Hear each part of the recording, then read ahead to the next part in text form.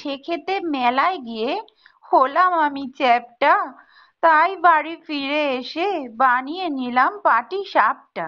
নমস্কার বন্ধুরা, আমাদের রান্নাঘরে তোমাদেরকে স্বাগত। আজকে আমাদের রান্নাঘরের রেসিপি হলো জালি জালি ক্ষীরের পাটিসাপটা। দেখো, ভীষণ সুন্দরভাবে কিন্তু বানিয়েছি। জানি তোমরাও এরকম ভাবেই বাড়িতে বানিয়ে খাও, কিন্তু আমি কিন্তু অনেক কিছু টিপসও দিয়েছি রেসিপির মধ্যে। চলো সঙ্গে থেকে দেখে নাও, ভালো লাগলে দু এক পিস খেয়েও নাও। আর যদি তার থেকেও বেশি ভালো লাগে তো আমাদের রান্নাঘরে দৌড়ে দৌড়ে চলে এসো, সাবস্ক্রাইব বাটন প্রেস করে রাখো যাতে আমার সব রেসিপি তোমাদের কাছে ছুটতে ছুটতে চলে যায়। আর পৌষ সংক্রান্তিতে তোমরাও কে কি পিঠে খেলে সেটাও কিন্তু কমেন্ট বক্সে শেয়ার করে দিও। আজকে তোমাদের ক্ষীরের পাটিসাপটা করে দেখাবো। তার জন্য দেখো, বাজার থেকে কেনা ক্ষীর আমি এখানে 500 গ্রাম নিয়ে নিয়েছি। ছোট হাফ বাটি চিনি নিয়েছি ক্ষীরটা রেডি করার জন্য। পাটিসাপটার ব্যাটার তৈরি করার জন্য 1 বাটি ময়দা নিয়েছি। চালের গুঁড়োটা নিয়ে নিয়েছি গলা বাটি। একই বাটির মাপের সুজি নিয়েছি 1 বাটি। ঝোলা গুড় নিয়ে নিয়েছি 1 বাটি। দুধ নিয়ে নিয়েছি 1 বাটি। একটা মিক্সির বাটির মধ্যে যে 1 বাটি সুজি নিয়েছিলাম সুজিটা দিয়ে দিলাম। সুজিটা গুঁড়ো করে নেব। দেখো, সুজিটা একদম গুঁড়ো করে নিয়েছি। চালের গুঁড়োটা দিয়ে দিলাম 1 বাটি। ময়দা দিয়ে দিলাম, যেটা দেখিয়েছিলাম পরিমাণটা তোমাদের। শুকনো উপকরণগুলো আগে একটু মিশিয়ে নিচ্ছি ভালোভাবে। পাটিসাপটার ব্যাটারটা তৈরি করে নিচ্ছি। তোমরা চাইলে সুজিটা এমনিও দিতে পারো, কিন্তু এইভাবে গুঁড়ো করে নিলে খুব স্মুথ হয়। যে ব্যাটারটা বানাবো না, সফট হবে ভীষণ, এত টেস্টি হবে, মানে খুব সফট হবে, খেতে খুব ভালো লাগবে এইভাবে গুঁড়ো করে দিলে। সামান্য একটু লবণ দিয়ে দিচ্ছি। খেজুরের গুড়টা দিয়ে দিলাম, ঝোলা গুড়টা ব্যাটারের মধ্যে।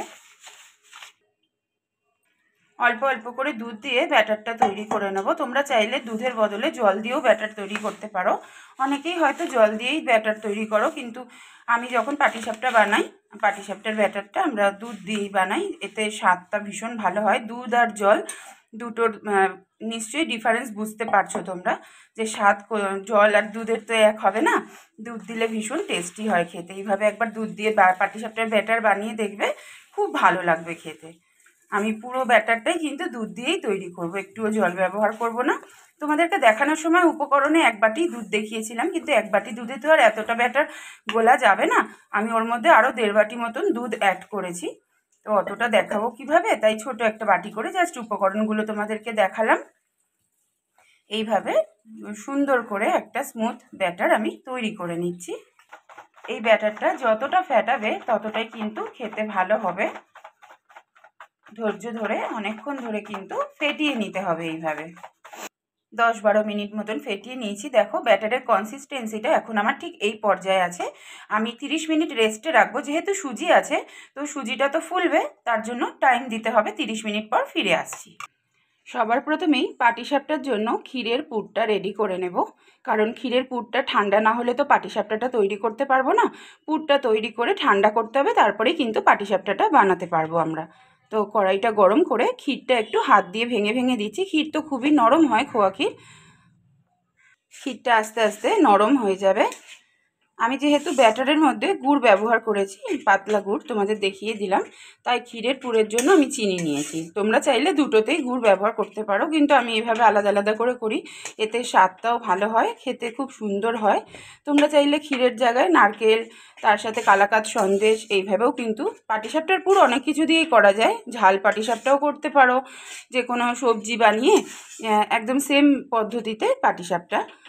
তো আমি নারকেলের পুর দিয়ে পাটিসাপটা খাই না, ভালো লাগে না আমার। তো আমি ক্ষীরেরই খাই। তো আমি যেভাবে খাই সেটাই তোমাদের সাথে শেয়ার করছি। এইভাবে পাটিসাপটা খেতে আমার ভীষণ ভালো লাগে। খানিকটা নরম হয়ে এসেছে ক্ষীরটা। এবার চিনি অল্প অল্প করে দিয়ে নাড়িয়ে দেবো ভালো করে। যেহেতু ক্ষীরটা আমার বাজার থেকে কেনা, তো ক্ষীরের মধ্যে তো অলরেডি মিষ্টি দেওয়াই আছে, তাই খুব বেশি মিষ্টি দেওয়ার প্রয়োজন হয় না পুরটা তৈরি করার সময়। তোমরা যদি ঘরে কখনো ক্ষীর নিজেরা বানাও, তখন তো তোমরা জানোই চিনি লাগে এর মধ্যে। চিনি দিয়েই ক্ষীরটা তৈরি করা হয়, তাই আমার ঠিক যতটুকু পরিমাণ লাগবে ততটুকুই চিনি ব্যবহার করে আমি ক্ষীরের পুরটা তৈরি করে নেব। দেখো, নাড়িয়ে ছাড়িয়ে 3-4 মিনিট মতন চিনি দেওয়ার পর আরও 3-4 মিনিট 5 মিনিট মতন নাড়িয়ে চাড়িয়ে নিয়েছি। পুরটা আমার রেডি হয়ে গেছে। এই অবস্থায় নামিয়ে নেব, নিয়ে ঠান্ডা করে নিয়ে ফিরে আসছি। হাফ বাটি মতন চিনি নিয়েছিলাম, দেখো এতটুকু চিনি কিন্তু আমার বেঁচে গেছে, তোমাদের দেখিয়ে দিলাম। 30 মিনিট পর ফিরে আসলাম, দেখো ব্যাটারটা কতটা গাঢ় হয়ে গেছে, সুজিটা ফুলে উঠেছে। আরও 2 হাতা মতন দুধ দিয়ে দিলাম, কারণ ব্যাটারটা যথেষ্টই গাঢ় হয়ে গেছে, একটু পাতলা করে নিলাম, তাই জন্য আরও 2 হাতা দুধ দিয়ে দিলাম। এ দেখো আগের থেকে একটু পাতলা হয়ে গেল। খুব বেশি মোটা ব্যাটার হলে তো পাটিসাপটাগুলো খেতে ভালো লাগবে না, যত পাতলা হবে ব্যাটার ততটাই মানে পাটিসাপটার যে গাটা হবে, আবরণটা, সেটা কিন্তু খেতে ভীষণ ভালো লাগে। খেতে মোটা হলে গ্যাদ গ্যাদ করবে, ভালো লাগবে না কিন্তু। দেখো এই মুহূর্তে কনসিস্টেন্সিটা ঠিক এরকম রয়েছে, এইভাবেই ব্যাটারটা থাকবে, এর থেকে পাতলাও হবে না, গাঢ়ও হবে না। একটা চাটু আগে থেকেই গরম বসিয়ে দিয়েছিলাম, 2-4 ফোঁটা মতন ঘি একটু ব্রাশে করে লাগিয়ে চাটুর মধ্যে লাগিয়ে দিলাম ভালো করে। তোমরা চাইলে সাদা তেলও দিতে পারো, কিন্তু আমি একটু ঘিটা দিলাম, ঘি দিলে স্মেলটা ভালো হবে। ভালো করে বুলিয়ে দিচ্ছি ব্রাশটা দিয়ে। এবার একটা ছোট হাতায় করে ব্যাটারটা অল্প অল্প করে নিয়ে চাটুতে হাতার পেছনটা দিয়ে গোল গোল করে ঘুরিয়ে দেব। যেভাবে পাটিসাপটা বানায় তোমরাও বানাও, সেইভাবেই আমিও করছি। ব্যাটারের একটা টিপস দিই, অনেকেই ব্যাটার এইভাবে চাটুতে দাও, যখন ওঠানোর সময় চাটুতে হয়তো লেগে যায়। মিষ্টিটা কিন্তু পরিমাণ আন্দাজে দিতে হবে। যদি মিষ্টি বেশি হয় তাহলে কিন্তু ব্যাটার একদম চাটুর গায়ে লেগে যাবে, ওঠানোর সময় ভেঙে যাবে, তুলতেও পারবে না। দেখো আমার মিষ্টিটা একদম পরিমাণ মতন হয়েছে বলে কত সুন্দরভাবে উঠবে, পুরোটাই দেখাচ্ছি তোমাদের। এবার ক্ষীরের পুরটা আমার ঠান্ডা হয়ে গেছে, হাতে করে দেখো এরকম সরু মতন করে নিয়েছি আমি। একটা সাইডে দিয়ে দিলাম আমি পুরটা। তোমরা যেটারই পুর করো না কেন, সেই পুরটা একদম ঠান্ডা হওয়ার পরেই কিন্তু পাটিসাপটাটা করার জন্য চেষ্টা করবে। এবার একদম সাইড থেকে একটা পাতলা খুন্তি দিয়ে আগে দেখো চারিধার থেকে এইভাবে সুন্দর করে তুলে নেব আমি। এক পাশ থেকে এইভাবে রোল করে করে ঘুরিয়ে ঘুরিয়ে দেখো ছোট ছোট করে তুলে দেব।